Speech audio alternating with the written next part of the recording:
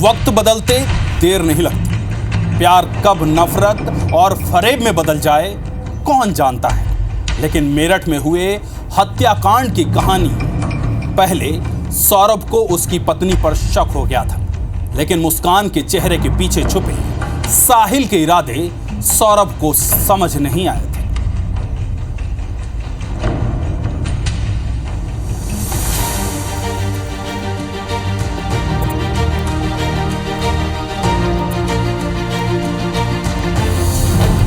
एक कत्ल, कई कहानियां, तांत्रिक क्रियाएं, साहिल का जुनून, पति के साथ मुस्कान की खूनी होली। अब तक आपने जो भी सुना और देखा, सौरभ के हत्याकांड की दास्तान सिर्फ इतनी ही नहीं है। ये कहानी बहुत पहले लिख दी गई थी, लेकिन इसे अंजाम 3 मार्च को दिया गया। मुस्कान ने अपने आशिक के साथ मिलकर सौरभ की हस्ती ही मिटा दी। हत्या के पीछे की पूरी कहानी जानेंगे, लेकिन उससे पहले ये जानना बेहद जरूरी है कि साहिल और मुस्कान के बीच रिश्ते की शुरुआत कैसे हुई। साहिल और मुस्कान बचपन से थी पहचान। साहिल और मुस्कान बचपन से एक दूसरे को जानते थे। दोनों ब्रह्म कुमारी के विवेकानंद स्कूल में 8वीं क्लास तक साथ पढ़े। दोनों के बीच खासा लगाव था, नजदीकियां भी थी, दोस्ती गहरी थी। लेकिन 8वीं के बाद दोनों अलग अलग स्कूलों में पढ़ाई करने लगे। लेकिन फिर साल 2019 आया। मुस्कान अपनी बेटी को स्कूल छोड़ने जाती थी। इसी दौरान मुस्कान की मुलाकात एक बार फिर साहिल से हुई। साहिल को देख मुस्कान को बचपन याद आ गया। सौरभ के ना रहते हुए जो कमी उसे खलती थी, उस कमी को भरने के लिए एक साथी मिल गया था।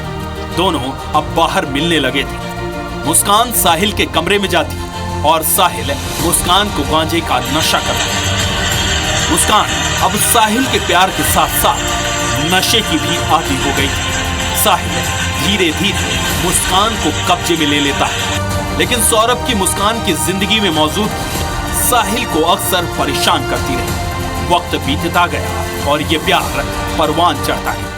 लेकिन फिर आया साल 2025, जहां साहिल ने सौरभ को रास्ते से हटाने के लिए मुस्कान को आखिर मना ही लिया।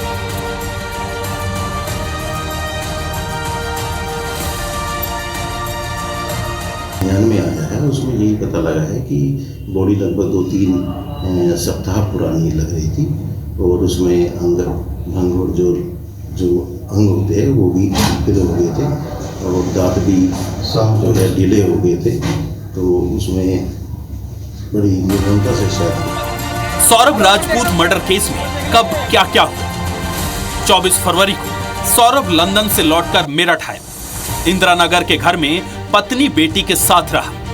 25 फरवरी को पत्नी मुस्कान का बर्थडे मनाया गया। घर में ही पार्टी मनाई गई। 28 फरवरी को सौरभ और मुस्कान ने अपनी बेटी का जन्मदिन मनाया। 3 मार्च को मुस्कान ने डिनर में नींद की गोली मिलाई। सौरभ को बेडरूम में सुला दिया। साहिल शुक्ला को फोन कर घर बुलाया। सौरभ की हत्या कर बॉडी के टुकड़े की।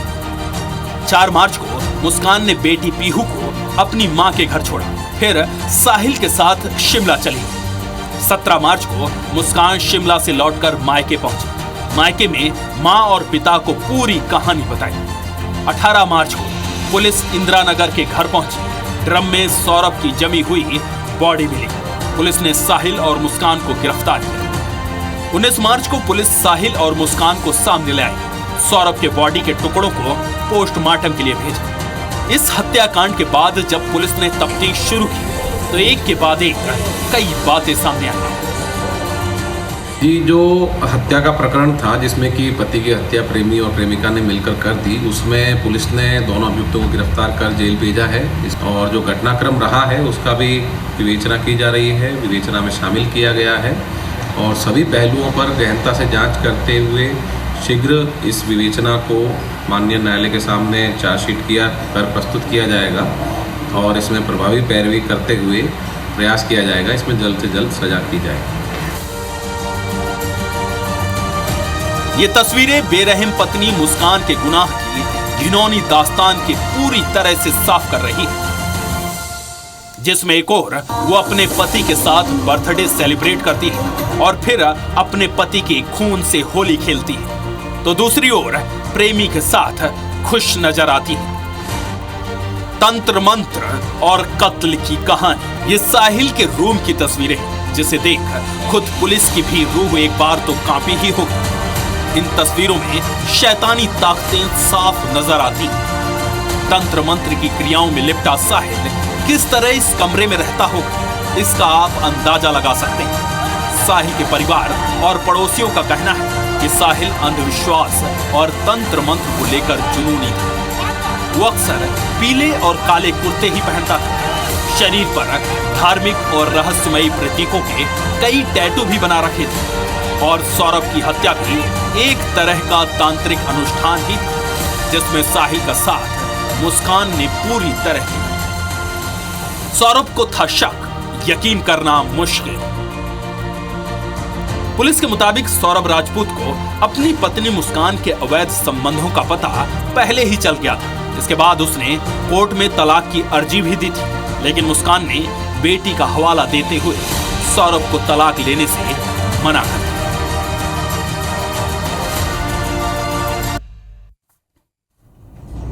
बस सौरभ से यही गलती हुई। अगर सौरभ मुस्कान से तलाक ले लेता तो शायद 3 मार्च की रात मुस्कान साहिल के साथ मिलकर ये खून की होली नहीं खेलती।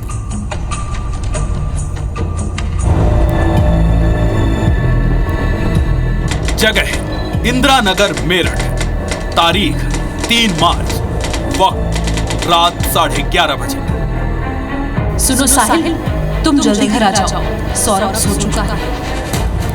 मुस्कान की इस कॉल के बाद साहिल शुक्ला सौरभ के घर पहुंच गया।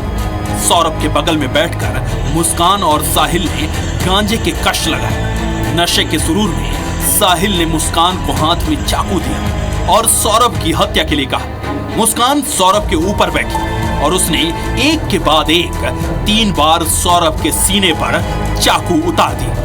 फिर साहिल और मुस्कान ने दोनों हाथ और सिर काटे, बॉडी के 15 टुकड़े किए और फिर हाथ और सिर हाथ में लेकर 800 मीटर की रेंज में घूमते रहे। लेकिन जब बॉडी को ठिकाने नहीं लगा पाए तो बॉडी पार्ट्स साहिल के घर लेकर गए और वहीं दोनों सो गए। 4 मार्च की सुबह बॉडी पार्ट्स को फिर सौरभ के घर लेकर आए। ड्रम और सीमेंट खरीद कर लाए।